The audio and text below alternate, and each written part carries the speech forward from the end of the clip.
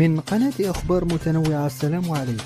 لا تنسوا الاشتراك لتصلكم الفيديوهات اليومية التي نقوم بنشرها على القناة.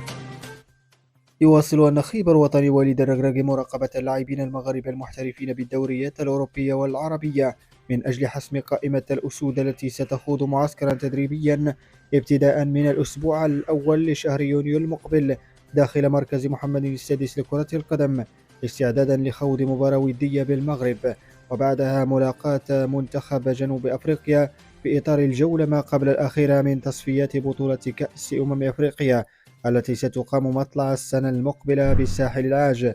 وكشف موقع العربية الجديد أنه في الوقت الذي يروج في الصحافة المغربية بقوة إمكانية إجراء الركراكي بعض التغييرات على مستوى خط الهجوم في القائمة المقبلة التي سيعلنها من أجل رفع درجة التنافس مع المهاجم يوسف نصيري المتألق في الدوري الإسباني برفقة ناديها الحالي إشبيليا.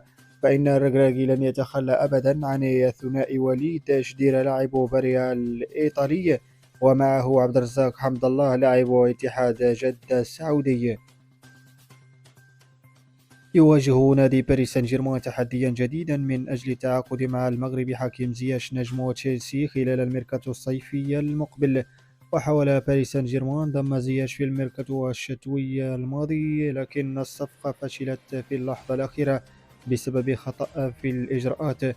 ووفقا لشبكات لو سبورت ديس الفرنسية فإن باريس يواجه منافسة قوية من السعودية إذا رغب في حسم صفقة زياش خلال الصيف المقبل. وأشارت الشبكة الفرنسية إلى أن زياش تلقى اتصالا من وزارة الرياضة السعودية مؤخرا لتأكيد أهمية تواجده في دوري روشن خلال الموسم الجديد.